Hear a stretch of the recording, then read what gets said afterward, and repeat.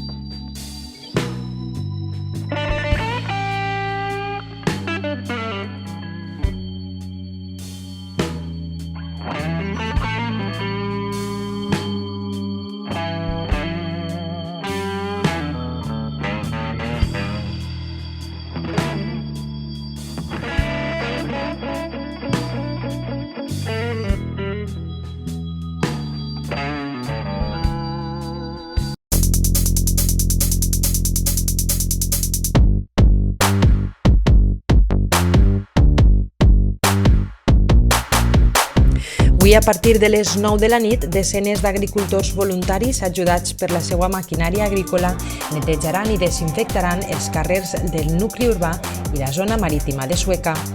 L'Ajuntament es troba en estos moments coordinant estos treballs que realitzaran els agricultors de manera voluntària amb els seus tractors i amb la col·laboració del Departament de Serveis Municipals, el Consell Agrari, Aigües de Sueca i l'empresa SAP. A més de la coordinació dels treballs, s'està programant també la càrrega del líquid en els tractors d'una forma escalonada per a evitar la concentració de persones en un lloc determinat. Des de l'Ajuntament de Sueca i la passada setmana vam tindre l'oferiment del sector agrari de Sueca perquè volien col·laborar en aquest Ajuntament en el que és la desinfecció del nostre poble. Per tant, nosaltres, després de veure la climatologia adversa que anava a vindre, demorarem uns dies perquè, clar, fer una actuació d'aquestes característiques de desinfecció del nostre poble ploguent, semblava que no anava a ser lo eficaç que hauria de ser. Per tant, el que estem ara coordinant és que de cara a este divendres, a partir de les 9 de la nit, hi ha una sèrie de maquinària agrícola, de tractors, de turbos i de gent a peu, que des d'aquest Ajuntament coordinarem en ells per a fer tot el que és la nostra ciutat, tots els carrers. La resposta del col·lectiu agrícola de Sueca ha sigut magnífica, igual que altres vegades davant qualsevol tipus d'emergència, ha afirmat el regidor d'Agricultura i responsable del Consell Agrari, José Luis Rivera. La veritat és que la resposta ha sigut molt bona, estem ara coordinant cada tractor segons les característiques de litros que té en cada tanque o tipus de poder desinfectar, assignar-li una zona, estem fent el més optimitzar els recursos el màxim possible. Jo el que sí que voldria aclarir és que no n'hi ha que alarmar a la ciutadania, als nostres veïns, perquè ja m'han passat algun WhatsApp que si n'hi ha que llevar cotxes, no n'hi ha que llevar cotxes. La proporció és hipoclòrico de sodio, que és lejía concentrat, ni més ni menys, i una dissolució del 7 per 1000, és a dir, que un tanque de 2.000 litres porta, per exemple, només 14 litres de lejía, i va baldejar-se tot el poble des de la nostra ciutat, carrer per carrer, incluïts els polígons industrials i també la zona de la platja, que això ho farem en mitjos propis. I aquí en aquests moments hi ha 20 tractors, més persones que a peu, perquè clar, a part del tractor, com van en llances, que és el conductor del vehicle, més a més la persona que porta la llança, que també són llaurors que s'han oferit, tenim el servici cobert, si ens falta alguna persona a peu, en aquest cas ja tirarem mà de personal de recursos propis de l'Ajuntament, la resposta ha sigut magnífica. Rivera ha remarcat que no es tracta de posar a la població en alerta davant este tractament, ja que no és perjudicial per a les persones. Es farà amb hipoclòric de sodi, és a dir, lleixiu, però en una dissolució de 7 litres per 1000 d'aigua. No cal tampoc retirar cap vehicle del carrer. En total participaran 20 tractors, més el personal que farà el treball a peu, tots ells agricultors que s'han oferit a col·laborar. L'alcalde de Sueca ha demanat a la població que romanga a les seues cases, especialment mentre duren estos treballs, i per tant, si han de passejar a la mascota o tirar el fem, que es faça abans de les 9 per tal que els treballs es puguen realitzar d'una manera més ràpida, sense interrupcions de persones o vehicles circulant pels carrers. La idea és començar a les 9 de la nit i fins que s'acabe tot el poble fer-ho, i així que estiga tota la nit i aquest tractament fent efecte fins al sant demà, perquè tots sabem que els ratllos ultravioletes el que fan és també diluir el tema de l'efectivitat d'aquest tractament. Per tant, se farà a partir de les 9 perquè estiga tota la nit aquest tractament aplicat als nostres carrers, tant de Sueca com de la platja.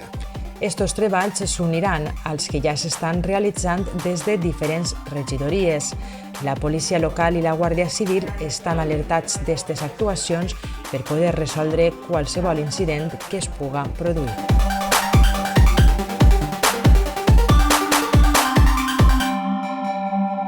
A Sueca, un grup de persones voluntàries s'ha posat mans a l'obra per a elaborar viseres per protegir del coronavirus als col·lectius de sanitaris, així com també als cossos de seguretat com Guàrdia Civil, Policia i Protecció Civil. Les imatges que veuen corresponen a les viseres que ja s'han anat repartint. Els mateixos usuaris i usuàries s'han fet les fotos per agrair esta tasca solidària. Les viseres es realitzen amb una impressora 3D. Hola, bon dia. Soc David i soc un maker. El maker és el que té una màquina per a imprimir en 3D i som un grup a nivell nacional per Telegram i està seccionat per zones per no saturar i estem imprimint aquestes viseres per als nostres sanitaris, la policia, la Guàrdia Civil, residències, pels nostres héroes.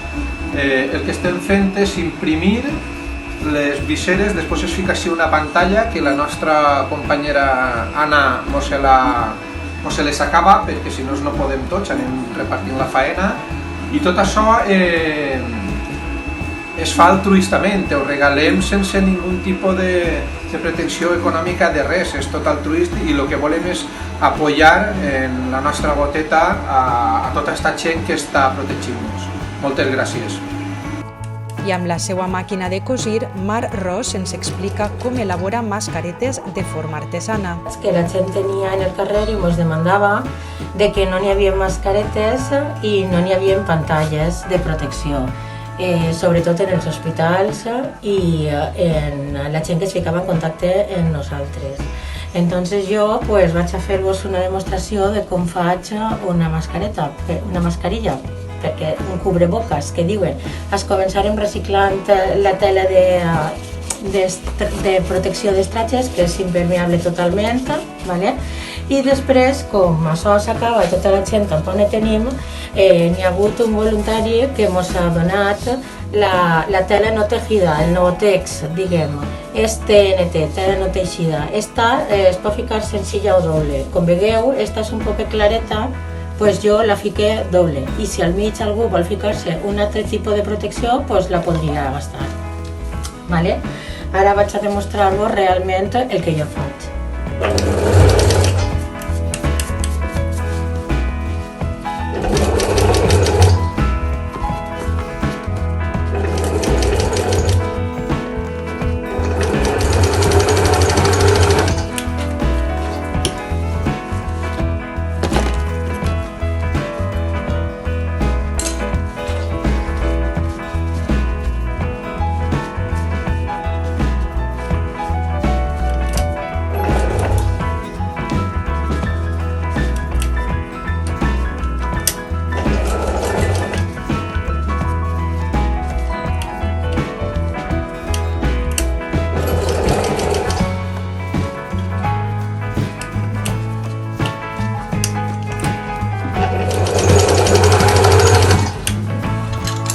Així estaria, diguem, la mascarilla feta i ara seria ficar-li les gomes, que també és tot donació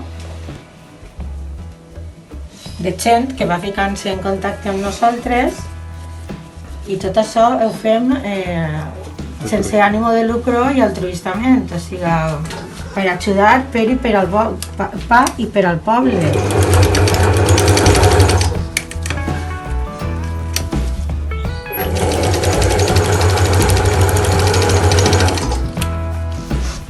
Ana Isabel Serra és una altra de les persones que cada dia elabora desenes de viseres. Ella ens conta com va començar aquesta iniciativa.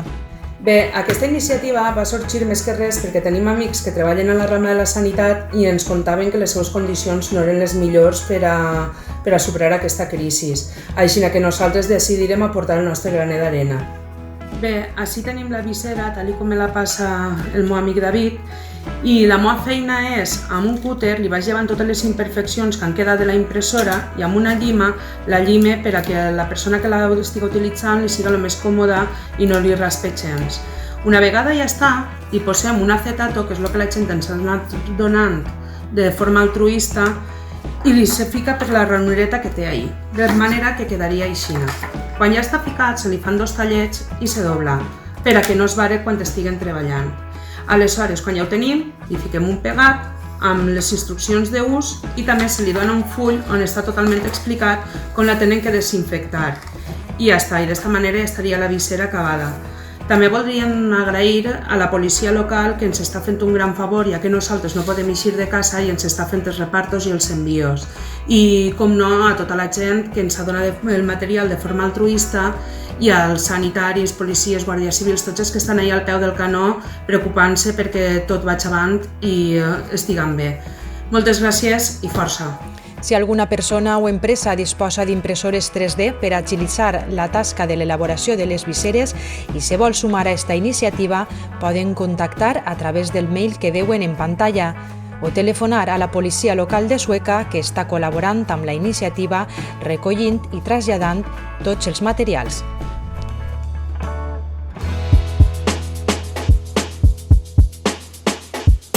La delegada del Govern a la Comunitat Valenciana, Glòria Calero, ha insistit estos dies en l'obligació inexcusable de complir amb la limitació de desplaçaments, subratllant que la insolidaritat està tenint i tindrà la seva resposta. Des que es va decretar l'estat d'alarma, les forces i cossos de seguretat de l'Estat han detingut 125 persones a la Comunitat Valenciana i han realitzat més de 14.000 propostes de sanció. La delegada del Govern reitera que al llarg del cap de setmana es reforçaran els controls de circulació per garantir el compliment de l'estat d'alarma. A més, des del passat dilluns està restringit l'accés de viatgers per les fronteres exteriors en ports i aeroports d'Espanya. Es tanquen també en caràcter temporal els llocs terrestres habilitats per a l'entrada i eixida d'Espanya a través de les ciutats de Ceuta i Melilla.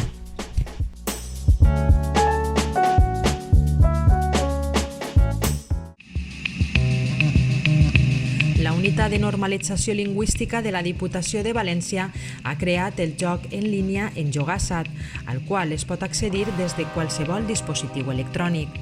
Es pretén fomentar l'aprenentatge del valencià mitjançant el joc. La ferramenta permet aprendre de manera col·lectiva i divertida. Està dividida en 6 illes comarques que són la Safor, la Marina, els Ports, la Costera, el Comtat i l'Alcalatén, i els usuaris i usuàries jugaran amb animals mitològics. Hi ha diversos nivells de dificultats. Les mecàniques del joc són variades, com relacionar parelles de paraules, grups de paraules, detectar errors, escriure o triar i completar frases, entre d'altres. Una vegada acabada cadascuna de les activitats, qui juga pot veure els seus encerts i els percentatges d'evolució del seu aprenentatge. El joc és gratuït, sols cal enregistrar-se a la pàgina web de la Diputació de València a l'enllaç que veuen en pantalla.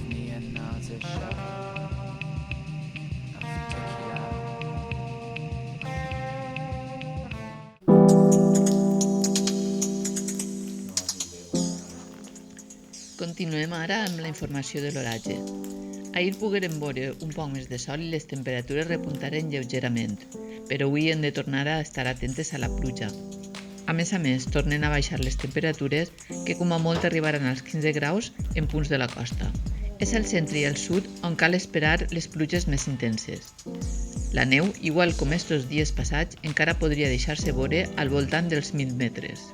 De vesprada començaran a trencar-se els núvols i tot apunta que només quedaran ruixats residuals al centre i al sud. Demà dissabte encara tindrem aire fred a les capes altes de l'atmosfera, que durant el matí poden afavorir que es registre algun plogim a la costa i de vesprada a les muntanyes de l'interior. La nit serà fresca i al centre del dia pujaran un parell de graus les temperatures. Diumenge serà el primer dia des de dissabte passat que no s'espera pluja a cap indret del territori. Això sí, a partir del dilluns 30 ens afectarà una nova borrasca situada a l'oest peninsular, que junt a un flux dèbil de llevant com el que tindrem ens donarà de nou nuvolositat abundant i pluges. Un apunt a destacar és la diferència de temperatures màximes que estem tenint entre la primera quincena d'este mes de març i estos 10 últims dies. La primera quincena va ser extremadament càlida, concretament 3,7 graus per damunt del que es considera normal per a aquesta època. I en estos últims 10 dies també s'ha produït una anomalia, però en sentit contrari.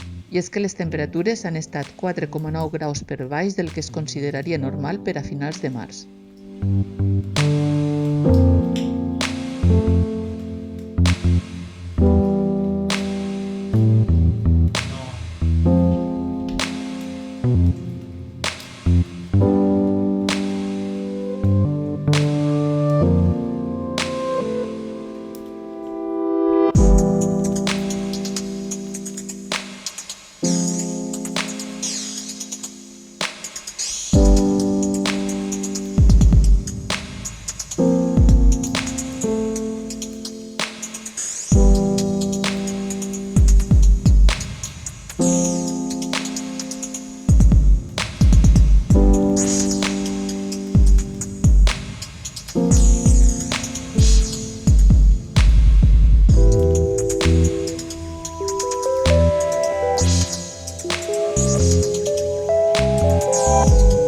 Per xarxes socials circula una convocatòria per a fer uns aplaudiments als xiquets i xiquetes que estan portant de la millor manera possible esta excepcional situació. Així que l'aplaudiment anirà esta vegada per ells. Recordeu, serà demà dissabte a les 6 de la vesprada. Bon cap de setmana.